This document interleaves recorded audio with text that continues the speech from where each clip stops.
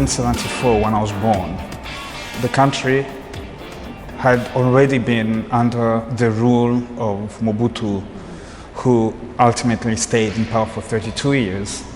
So in 74, he had been in power for 9 years after his coup. The fact that I was born into that system, it was difficult for me to imagine that things could be different. Because when you're a kid, you thought that this is your world, and you tend to believe in that. Somehow it was this weird place where, on one hand, it's a dictatorship, people are getting killed, and people are disappearing, but at the same time, you seem to be enjoying this little space where you can dream of changing your own life. And I must say that growing up in such a context, I never dreamt of being an artist, really. In my city, there were no examples of people who were doing art professionally and who could be examples for the rest of us. So when I discovered poetry, because that's how it all started, it was through reading poetry and then wanting to write my own poems. So it's from poetry writing and later on from reading my own poems that I discovered theater, first of all. And dance came really much later. I was 21 when I first took my first dance lessons. I was like, okay, this opens a different space. So being a dancer becomes like this huge opportunity to explore a different archive. Because I believe that, I'll be 43 like next month. So I can say that I'm relatively young. But I'm ancient. Genetically, I am ancient. You can connect me to generations from 1,000 years ago. So being a dancer becomes like this opportunity of asking a few questions to this archive. Say, oh, tell me, what do you know? What else can you tell me about who I am? That's why I like talking of my dance as an attempt to remember my name. Whether we say dance or theater or poetry, especially when it's poetry that you're saying loud in front of others, I think there is one thing that they have in common, which is the body. Because ultimately, I believe that theater is not about text or character or costumes. Theater is first of all about a body in front of another body and how you negotiate the relationship in the moment. That's all. That's the essence of theater. So for me, the work I do today, I can say that I have all the craft of the dancer, but the way I negotiate my presence to myself and to my audience or to my partners when I'm not alone on stage, it is with that theater mind frame. Beyond questions of form, theater, dance, what I'm fundamentally is a storyteller.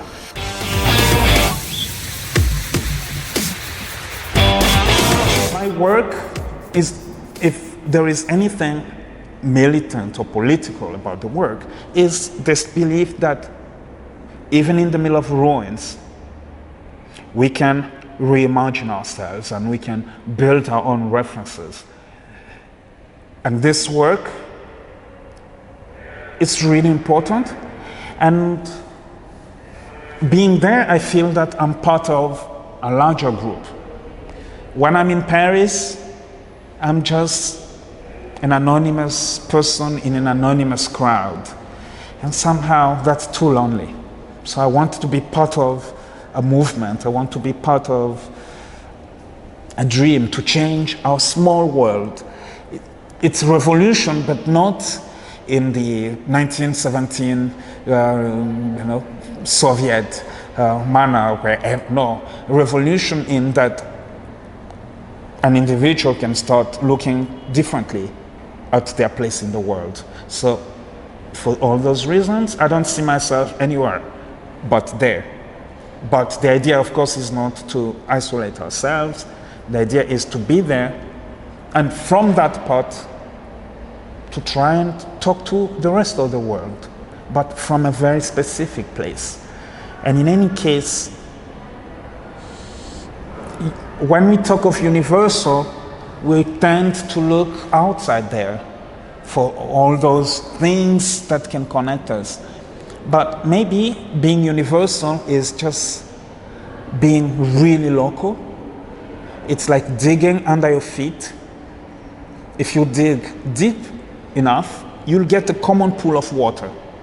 And maybe if the next person also does the same, they just dig under their feet. And so universality is through locality.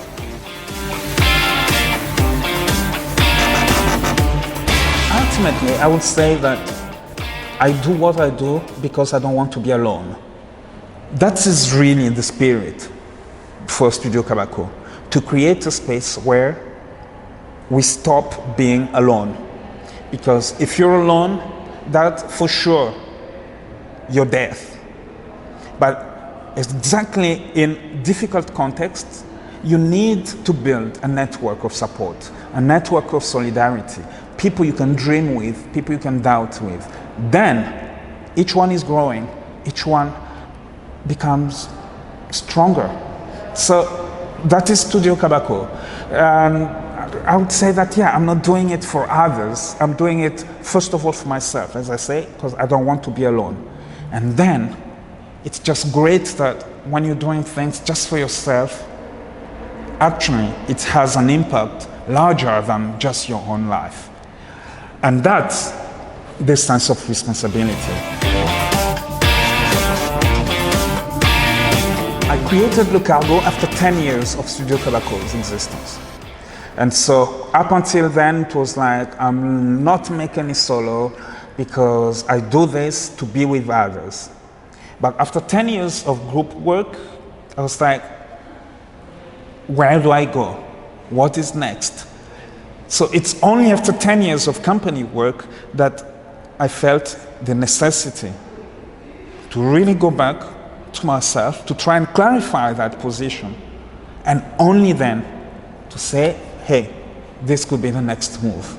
I think starting from Le Cargo and the questions from Le Cargo, it led me into a stage where it's like now beyond the artistic practice, what does it mean to call myself an artist in a context like the one of Kisangani in northeastern Congo, where we develop our work? And just to give you an example, the biggest project that we're working on now, I say, when I'm asked, what's your next piece? When I say that, oh, we're doing a huge project, but which will never be able to tour, because we're developing a neighborhood art center.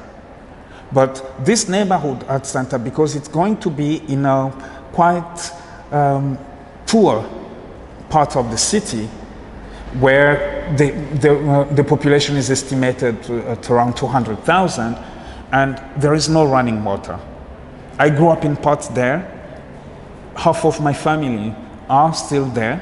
And so when I go visit them, and we always talk about not having water, I always have to have a bottle of water with me because they drink water which is contaminated. So it's like, oh, maybe the art center that we want to build here can also be a small space to treat water. We cannot provide water for 200,000 people, but at least we can have up to 10,000 people who can come to Studio Kabako and get clean water for drinking every day. So, and for me, this is a creative project, because art ultimately is about creating spaces of possibilities, spaces for reimagining who we are. And this is just another space. So during the day, you could come and get water for your body, and in the evening, use the same metaphor of water, you'll get water for your soul and your heart and your brains through the arts. And there'll be workshops and I think this is directly linked to this journey that began with Le Cargo, because what does it mean to be here? What difference does it make?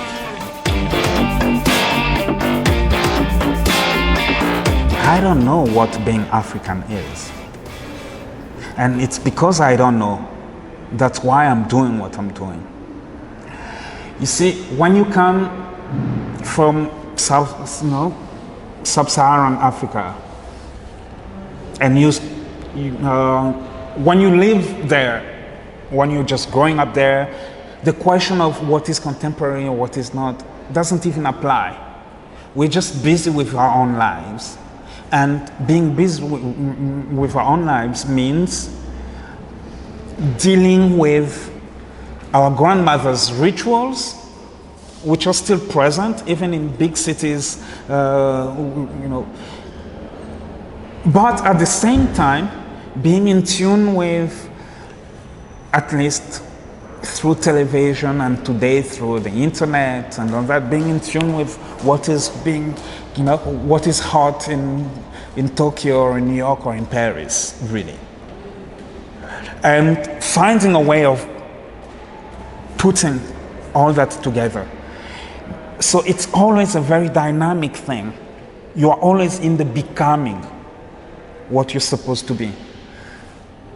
But it's like that until you start leaving your country and you go to Europe, for instance, where there seems to exist people who know what it means to be African, what being African is or should be. And so suddenly you start looking at yourself as an African because the outside eye is throwing back to you a certain image. At first, I spent so much of my energy, or I must say I wasted so much of my energy fighting against that, saying things like, I'm African and I'm artist, but I'm not an African artist, because most of the time when you say African artist, the word African is more important than the artist. But today, really, I don't have energy to waste, to fight against anything. I just want to put my energy to fight for what is really important for me. And some of the things we've been talking about. So we are in Africa and we are extremely contemporary. And if my work is just in touch with our life there, I don't even need to say African. No. We're just trying to make sense of our own world where we are. And for some time on the continent, there were a lot of people who were kind of stuck with this need to put a name, a label, and all that. And it helped a few of us, to put names, because then you get to tour. But today, there are more and more people working on the continent, developing their work there, who just don't want to waste time and energy with that. We just do what is important for us. And then we hope that it will be important for others. Is that contemporary? I don't know. Is that contemporary African dance? Who cares, really?